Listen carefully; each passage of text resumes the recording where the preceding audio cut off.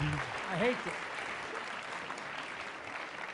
because, Start right over or here. what I can do, if you all have to go, you guys can leave, and I can stay for the folks have questions and go in another room and answer your questions. But I hate like hell you've been waiting. I don't want to.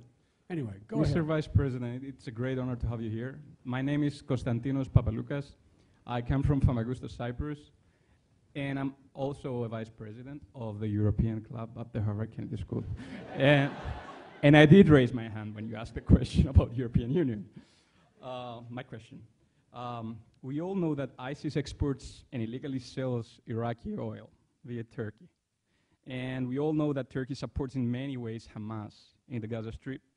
And we all know that Erdogan is as a president now, is on a clear collision course with both Israel and President Sisi's government in Egypt.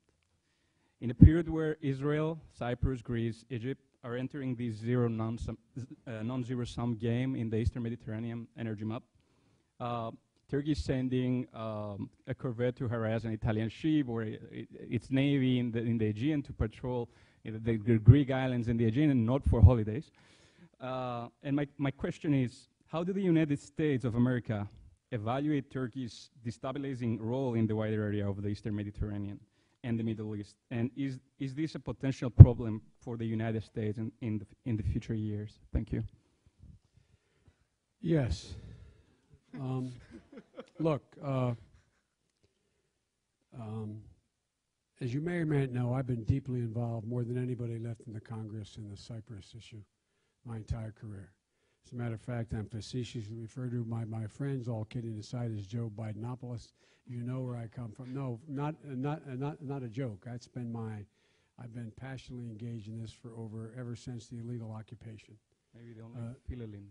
Now, but here's the deal, guys. I said the world is changing. I just came back from Cyprus. I was with Anastasiasis. I also met with Erolu, with Anastasiasis' blessing. 3 things have occurred. Number one is Turkey fully understands it's no longer in their interest. They have no interest in having troops remaining on Cyprus. None whatsoever.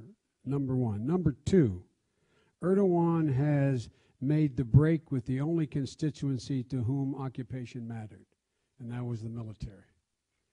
3, I recently went with him, and he's committed to see me in Ankara to see if we can do 2 things. 1, reach a solution, which he says he will agree to, of a bizonal, bicommunal island. And he is beginning to realize, in my view, and I will not speak for him, that there is an overwhelming self-interest for Turkey in taking advantage of the significant resources, particularly gas, that are in the Eastern Mediterranean, that could play a significant role in liberating not only Turkey, but Greece,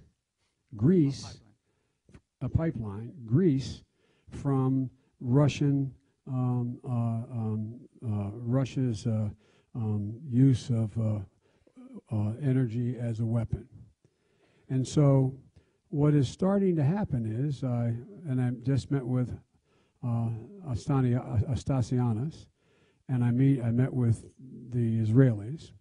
There is the possibility that there will be let me put it this way, nations, when they no longer have a overwhelming interest in the maintenance of status quo, and Turkey does not have an interest in the maintenance of the status quo in Cyprus, and when new opportunities present themselves where they can benefit without looking like they have capitulated, and also Cyprus benefits significantly, things change.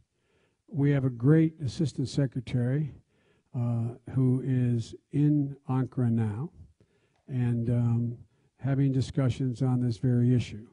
Because the irony is, just as the one thing that we're going to keep the Kurds in Iraq, which is oil, it's the very thing that may be the lubricant to bring an end to a very unfair circumstances that existed since the late 70s. So the way to deal with it is not to dwell on the past and the wrong, but look at the opportunities presented to see if there's a win-win situation for everybody to get out of this. And the reason I can say that is I'm Irish. And we understand about occupation. We understand about as George Mitchell said in the Irish Accords, there were 700 days of failure and 1 day of success. I believe we'll find the 1 day of success. Right up here.